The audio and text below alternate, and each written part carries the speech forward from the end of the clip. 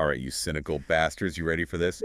Today's story, it's going to piss you off. We're talking airport lounges, shady apps, and this woman. She got scammed out of 87,000 rupees. I mean, get ready for a wild ride, guys, through the underbelly of digital India. It's wild, right? The story. It's like a perfect snapshot of that mix of naivete and blind trust that makes us all so vulnerable in this crazy tech-obsessed world. Naive. You think she was naive? This woman just waltzes up to the airport lounge, flashes a photo of her credit card, and thinks everything's cool. I mean, come on. Right. But honestly, how many of us even carry physical cards these days? We're all about that digital life, which makes us, what, prime targets for these tech-savvy scammers? Okay, so she shows the photo, right? And the lounge staff. Instead of just laughing her out of there, they tell her, hey, download this app. It's called Lounge Pass. And get this, they make her do a face scan.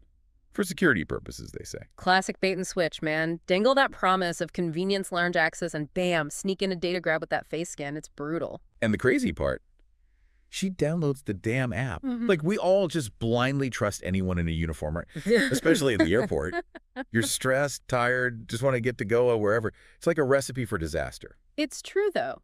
We prioritize convenience over security way too often. Click agree without reading anything, download apps without checking reviews, hand over our data without even thinking. Here's the real kicker, though. She didn't even end up using the lounge. Just grabbed a coffee at Starbucks, went on her merry way, and meanwhile, these digital thugs, they're busy setting their trap. This is where things get interesting, technically speaking. While she's sipping her overpriced coffee, they're probably using that app access to set up call forwarding, intercept her calls, get their grubby hands on her OTPs. Wait, hold up. OTPs. What's that? Not everyone here is a tech genius, you know? Right, sorry. OTP means one-time password. It's those codes you get, like through SMS or email, for verification. Supposed to be secure, but scammers have figured out how to snag them. So picture this.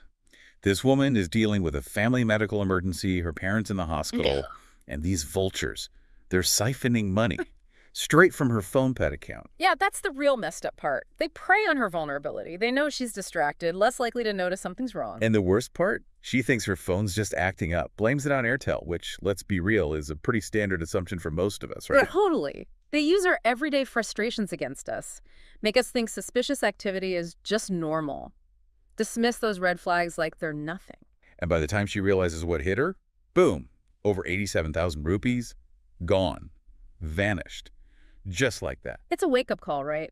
Can't be complacent in this digital age. We got to be aware, informed, and constantly on guard. This whole thing, it's a wake-up call, man.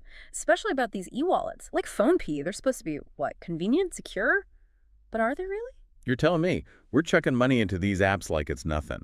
But how much do we actually know about how they keep our money safe? That's exactly it. Most of us don't even think about it. We see the big name, the fancy ads, and we assume it's all good. But then something like this happens, and you see the cracks. So what can we even do? Besides, like, going full-on caveman and burying our cash in a hole in the ground? First things first, two-factor authentication. On all your financial apps, it's an extra layer of protection. So even if they get your OTP, it's harder for them to get into your account. Two-factor what now? That's that thing where you get a code on your phone, right? See? Told you. Not a tech whiz. Exactly. It might seem like a pain, but trust me, it's worth it. Oh, and this is important. Be super careful with any app that wants a ton of permissions. Especially screen sharing, that's a big red flag. Right. Like, why does a lounge app need to see what's on my screen? It's just weird. And if anyone, I don't care if they're wearing a uniform, if they try to pressure you into downloading an app or giving up personal info, push back. Ask why. Demand an explanation. It's your data. You have a right to protect it. Damn right. We got to stop being so passive. Start questioning these people. Don't just blindly do what they say, especially when it comes to your money. Another thing, check your statements. Like, actually look at them. Your bank statements, your app transactions. See if anything looks off. Even small amounts. Catching things early is key. So basically, we got to become paranoid freaks, constantly checking every little thing. Not paranoid, just aware. It's about changing your mindset. From blindly trusting to actively being cautious.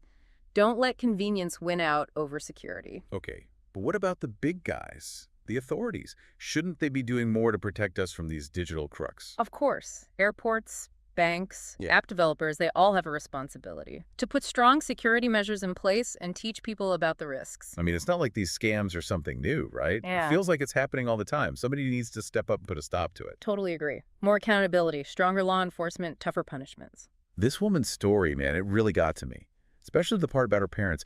Can you imagine dealing with a medical emergency and then on top of that, getting slammed with a financial scam?